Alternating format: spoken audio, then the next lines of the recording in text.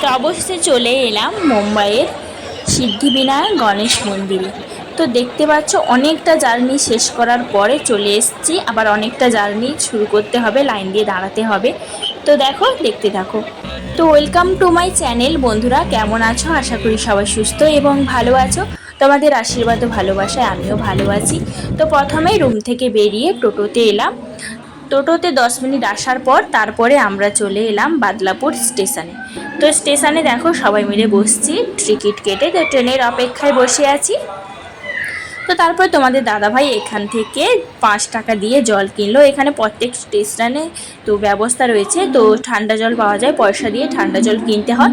তো ঠান্ডা জল এখানে কয়েল দিয়েও তোমরা কিনতে পারো, না হলে পয়সা দিয়ে ওরা দিয়ে দেয়। তো এখানে ট্রেনের জন্য আমরা অপেক্ষা করলাম, বসছিলাম।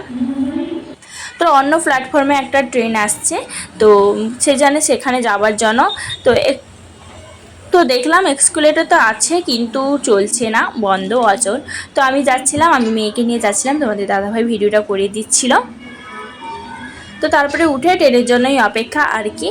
তো তারপরে দেখো বন্ধুরা, তো এখানে স্টেশনে আসার পরে একটা ব্যাগ দোকান। তো দাদাভাই আমাদের সঙ্গে দুজন দাদাও ছিল, তো তারা ব্যাগ নেবে বলে।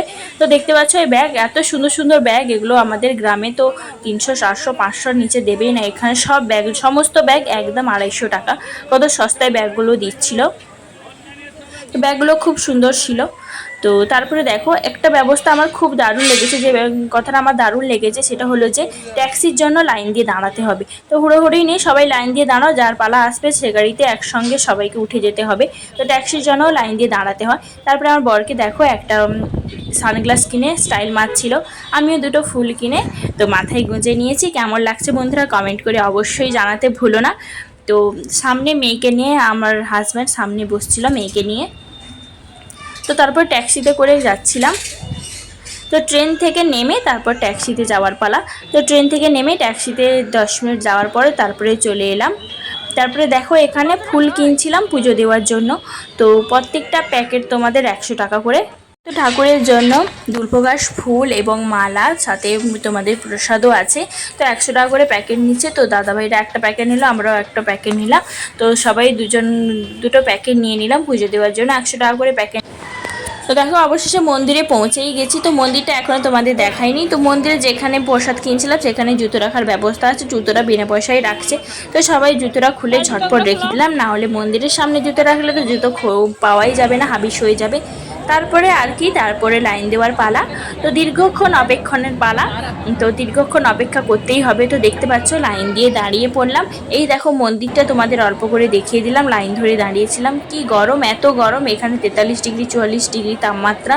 এখানে তো বৃষ্টিই হচ্ছে না, তার এত গরমে লাইন দিয়ে দাঁড়িয়ে পড়ার পরে এখানে এটা কিন্তু মেন মন্দির না, তোমাদের মেন মন্দির আমি পরে দেখাচ্ছি। মেন গণপতি দর্শন আমি তোমাদের পরে করাচ্ছি। তো ভিডিওটা কেউ স্কিপ করবে না, অবশ্যই সাথে থেকো। তো তারপরে দেখো সেই ঠাকুর দর্শন করে তারপরে চলে এলাম আমরা মেন।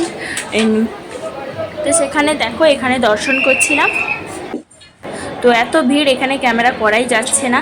তো এটা দেখো, এটা কিন্তু মেন মন্দির না, এটা মেন মন্দির ঠাকুর না। এখানে খালি তোমাদের প্রসাদ বা ফুল তোমাদেরকে ছুঁয়ে নিয়ে যাও, এখানেও পুজো দিতে পারো। অনেকেই কি করে এতক্ষণ অপেক্ষা না করার জন্য এখানেই পুজো দিয়ে চলে যায়। তার কারণ হলো সেখানে দাঁড়ানো তোমাদের 2 থেকে 3 ঘন্টা তোমাদের লাইনে দাঁড়াতে হবে।